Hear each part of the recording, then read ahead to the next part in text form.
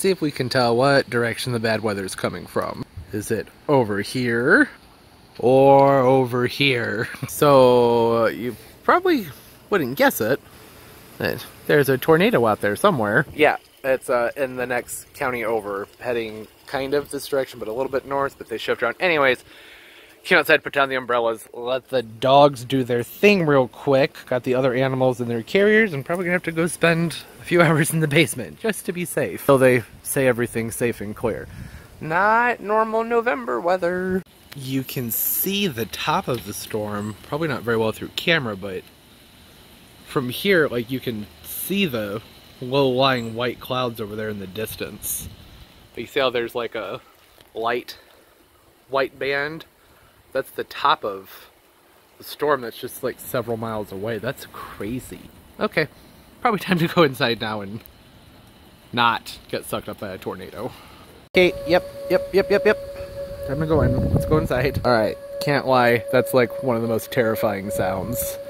Going to go to the basement and seek shelter.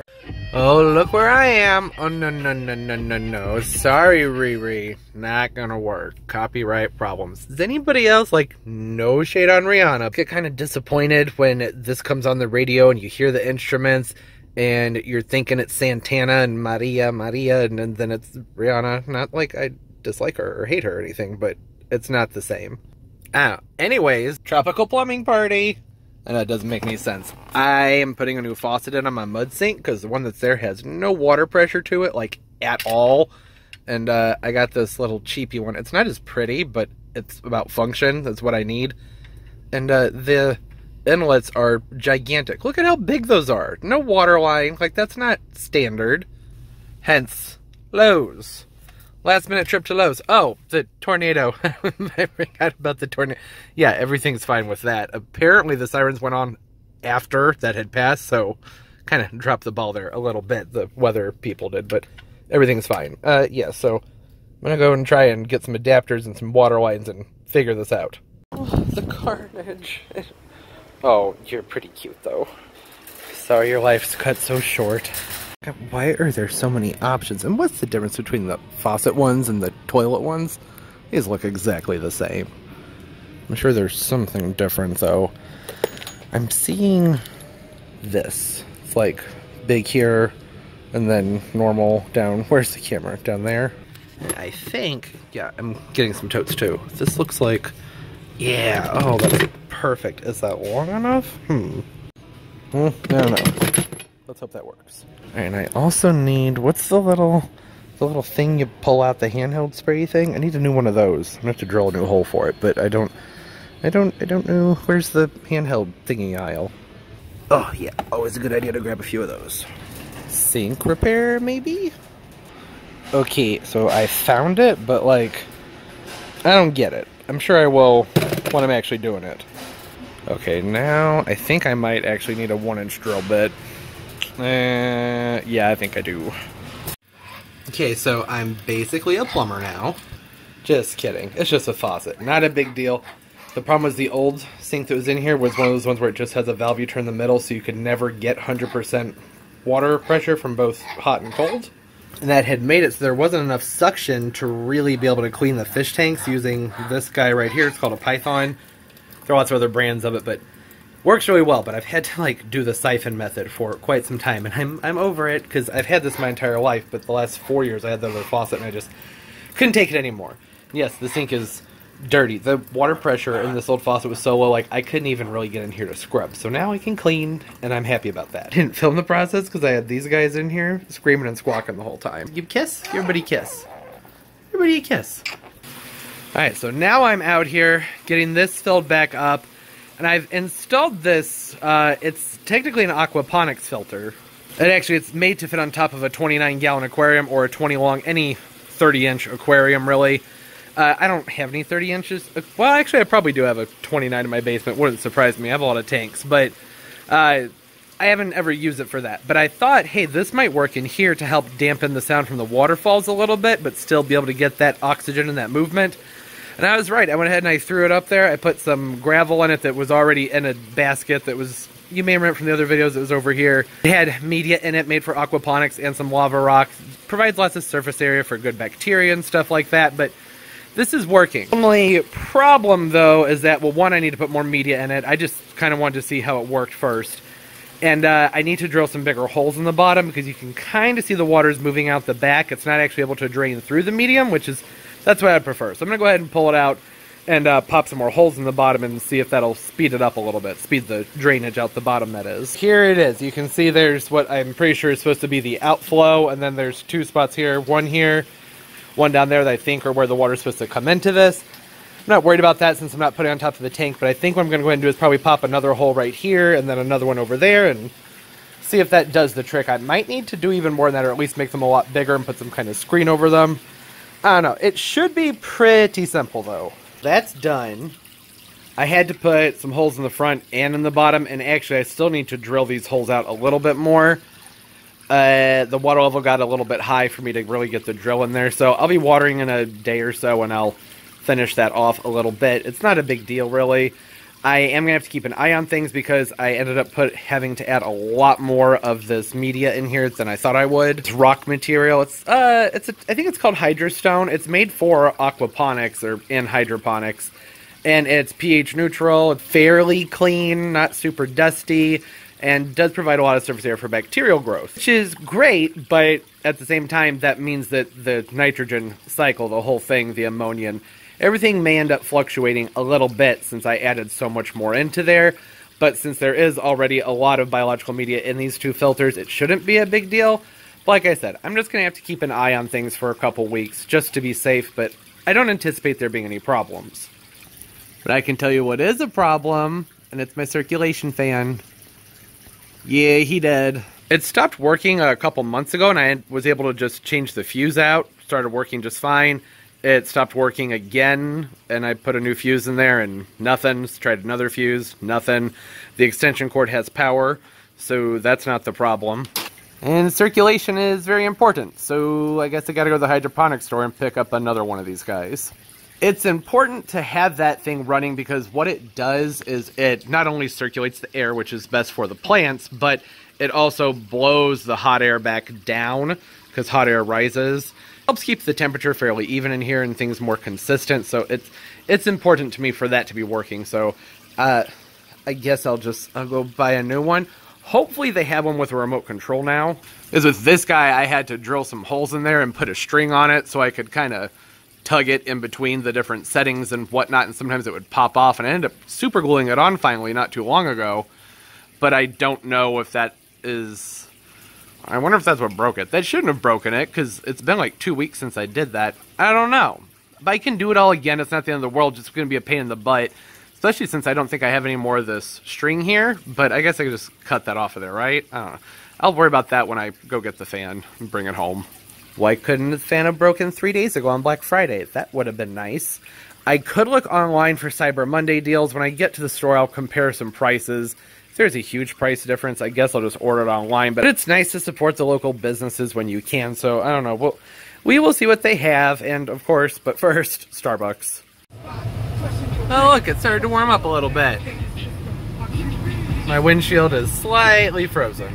My GPS had me take a route that doesn't pass a Starbucks. I don't normally film when I go into the hydroponics store because it's just sort of an awkward place to be honest, because I mean, you know why most people are shopping there, and it's just, I don't know, I feel weird filming in there. So, I don't know. Continue on North Warson Road for half a mile. My GPS is still on. Did you hear that? Anyways, I don't know. I may not be filming in there. We will see. So it might just be, next thing you might see might just be me home with the fan. I don't know. What I will say though is I don't usually use my GPS because I know how to get here, but I was like, maybe there's a faster route because the route I normally take has a lot of stop signs and stoplights. This was a very quick and easy route. I'll say that. It was like 15 minutes, real easy. Your destination is on the left. I'm aware. Here, thank you. Anyways. But yeah, no coffee. Still need my coffee. I don't need it, but I really, really, really want my coffee. I'm sure when I leave here, I'll think of all sorts of things I was supposed to get that I forgot about. Okay, all right. I already feel awkward. I'm just now pulling up. Maybe you should get some more heat mats while I'm here.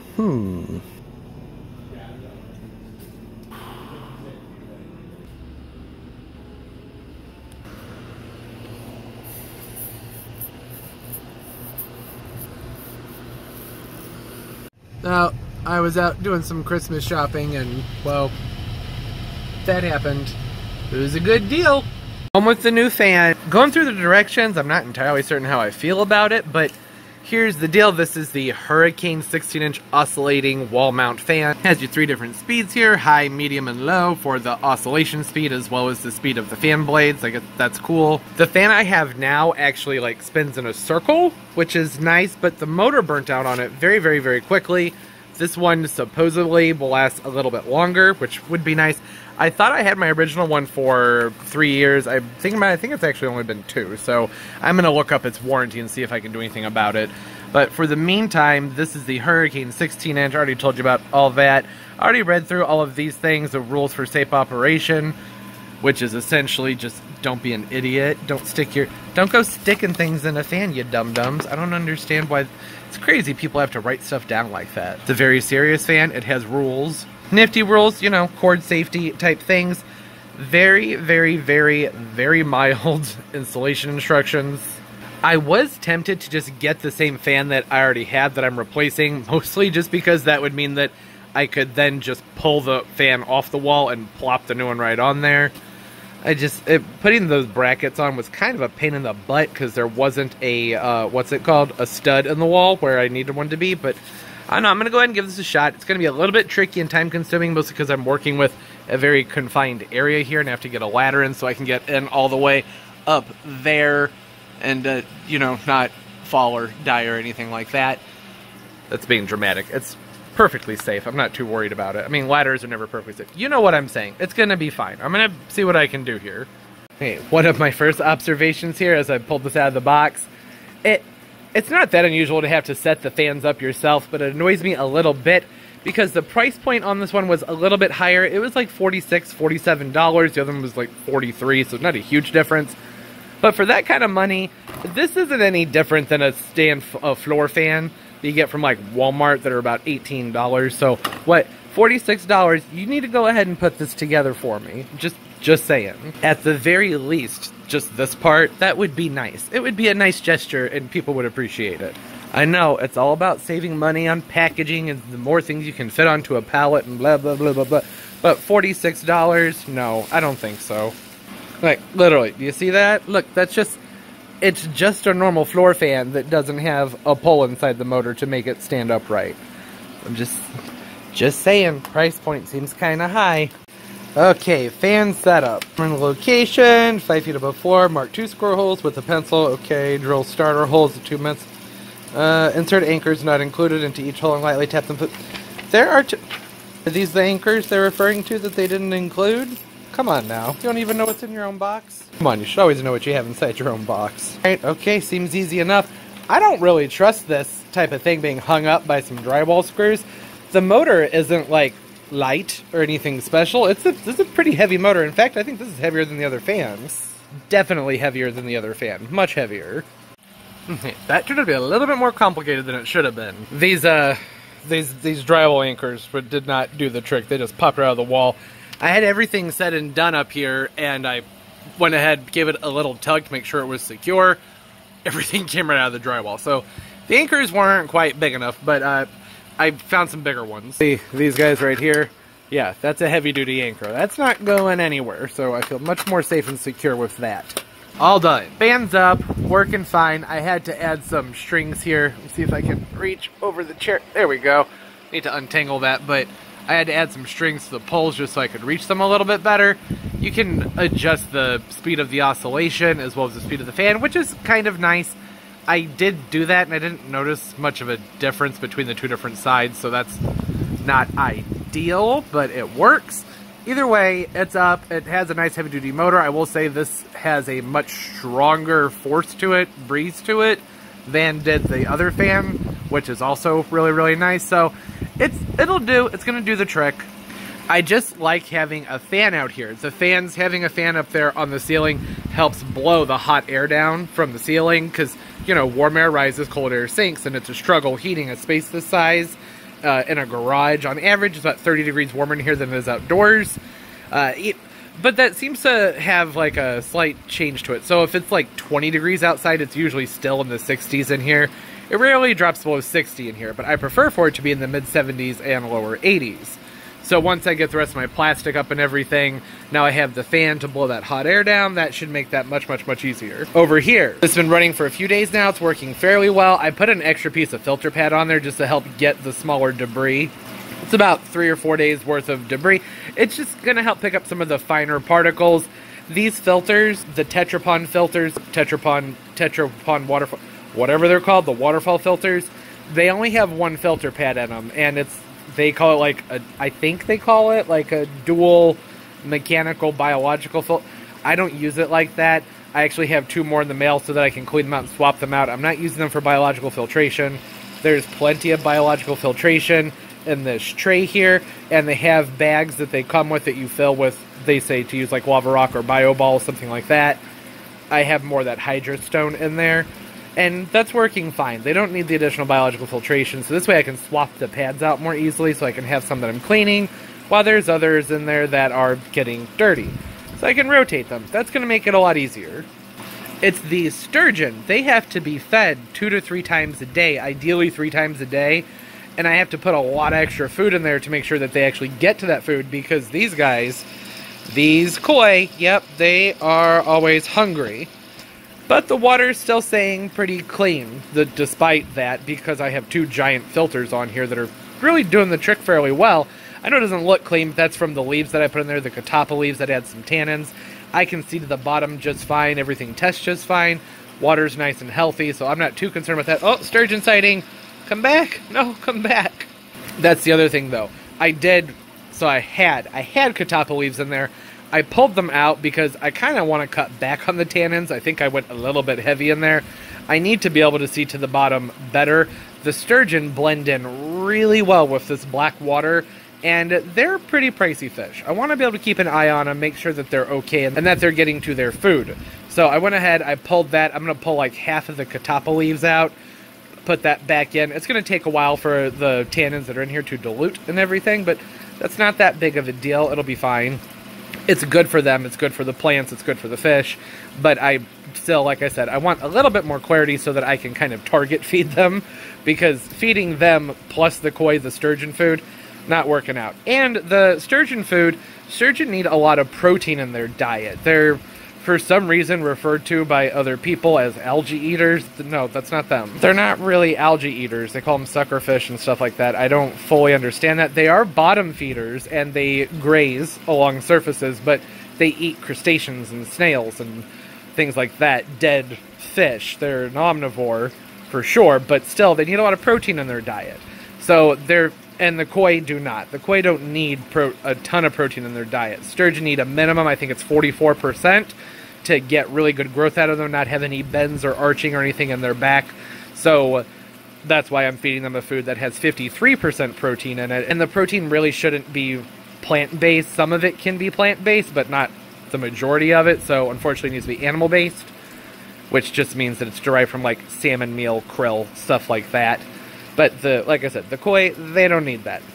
They're fine with their koi food. I use the soylent, sometimes the rapashi, with them as a treat a few times a week. It's not really a treat, it's really good for them. There's another sturgeon. Did you guys see him? He was over there.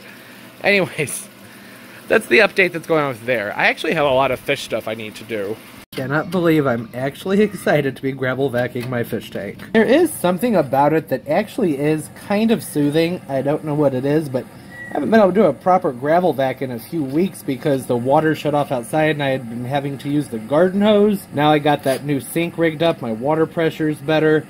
I can actually get in there and clean the gunk out. I've been doing water changes. Okay, hold on. I have been doing water changes, I just haven't been doing really nice, thorough gravel vacs. I do like to make sure I can get in there about once a week and really get the gunk and debris out of there, even though it's actually not too bad.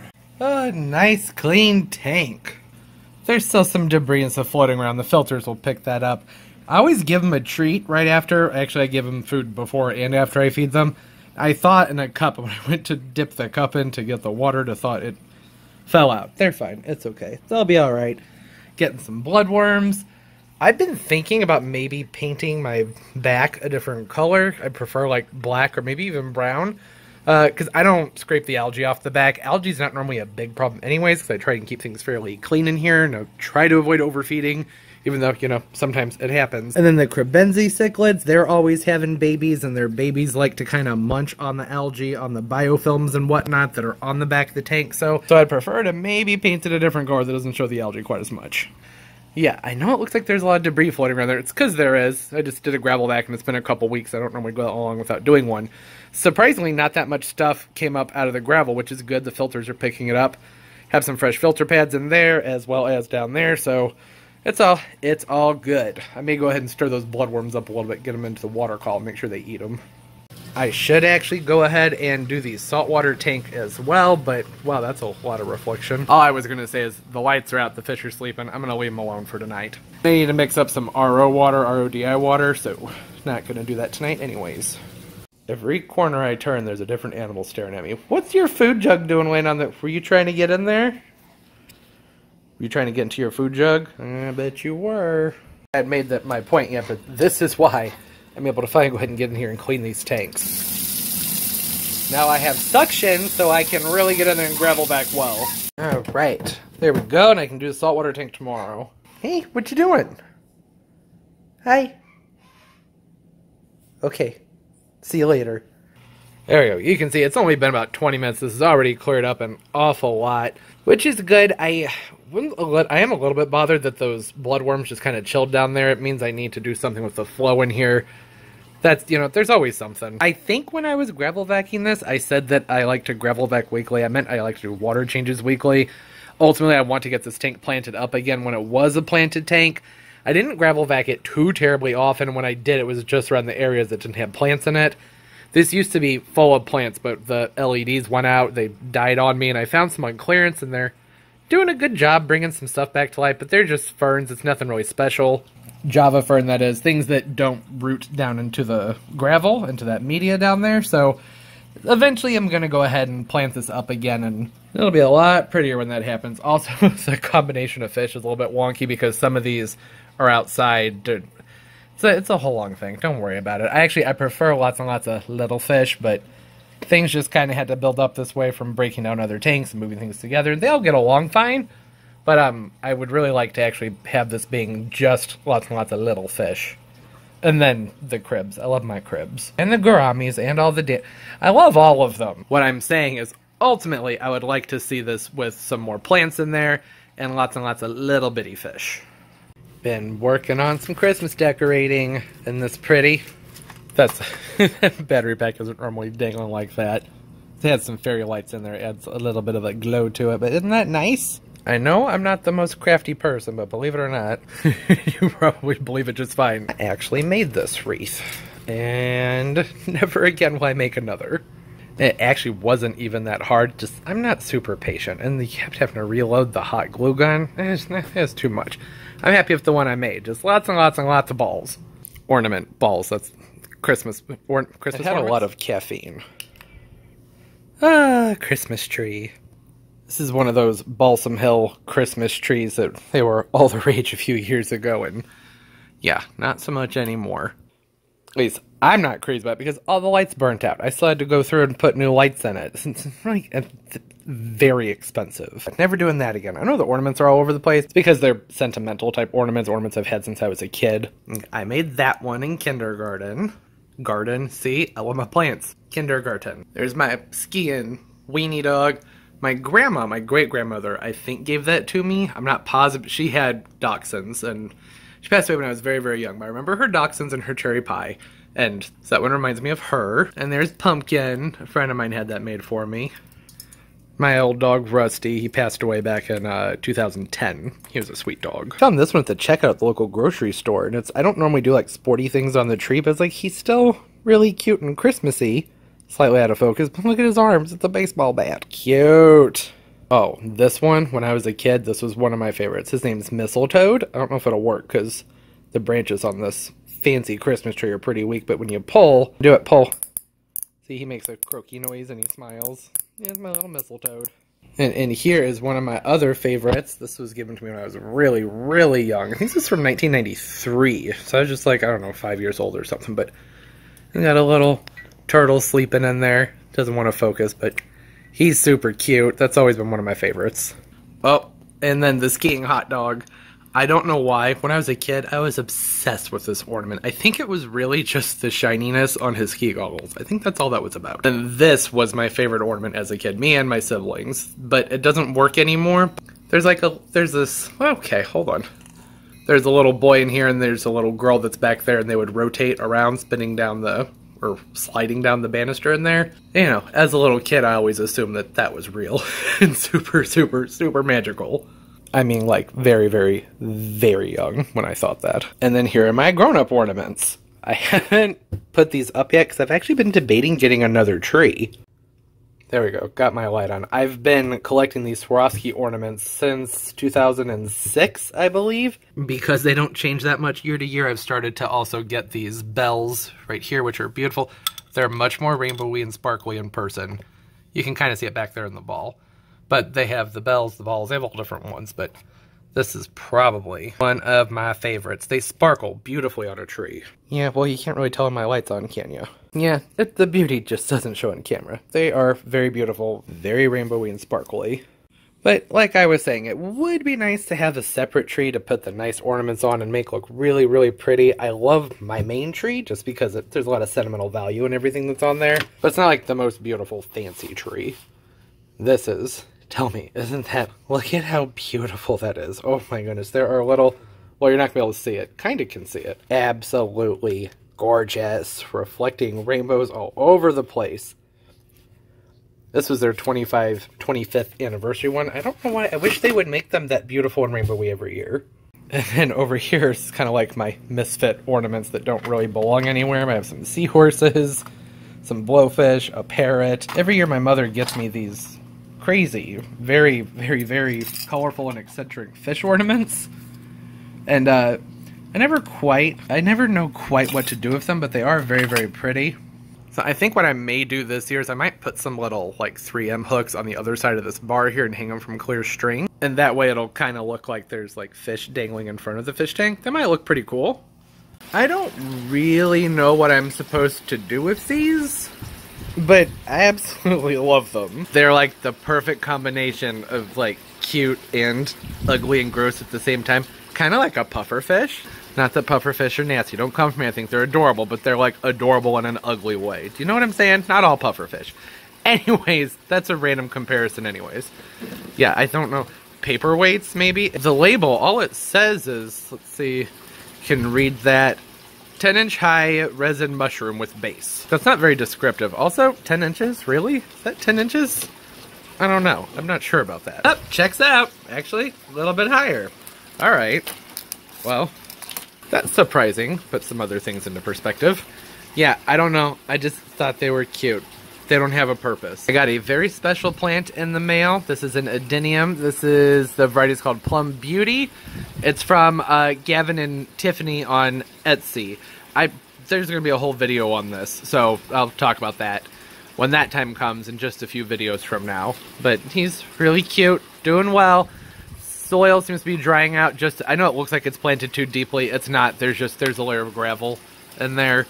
So it's fine. Don't worry. It'll be okay. Yeah, but anyways, I'll link their Etsy shop down below. And like I said, this is getting its whole entire own video. But hey, what's up, Tiffany? And what's up, Gavin? Hope y'all are doing well. Plant looks great. And as for right now, I gotta wrap things up and say goodbye because it's time to start filming and getting ready for next week. Not the next video after this one, but the one after that is my 400th video, and I'm pretty excited about that because I've always missed the other milestones, the 100. I think maybe I've remembered the 100, but I always missed the other ones. So I'm like, oh, I want to do something special, and it's probably not going to be plant related. I don't know why I said probably. I already know what I'm doing. I'm waiting for the rest of the supplies to come in the mail so I can film that. And once that video's up and done, I'm going to take off with the Vlogmas thing, give it a shot. I'm not going to commit to anything, but, you know, we'll see what happens. So I hope everybody's doing well and having a great time. Life is just beautiful and things are working out for you. If not, I'm so sorry. Keep your chin up. Everything will get better. It's okay. I have all my social media links down below in the description of the video. Follow me and I'll follow you back. It's a lot of fun seeing what everybody has going on in their gardens. Oh, and don't forget to leave the video a thumbs up. It helps a ton, helps the channel a lot, means a lot to me, lets me know I've kind of done a good job, so thank you for that. I really do appreciate it. And don't forget to subscribe, because I upload multiple times a week, and don't forget to hit that notification bell. That way you know when new videos come out. Also, end of the video. I should have said at the beginning, but hello new subscribers. There's been a lot of you over the last year, and I want to say hi, how y'all doing? Welcome. Best wishes to everyone out there. Hope everybody's doing well, staying safe, and life is just treating you great. And of course, most importantly everybody, keep on growing. Bye.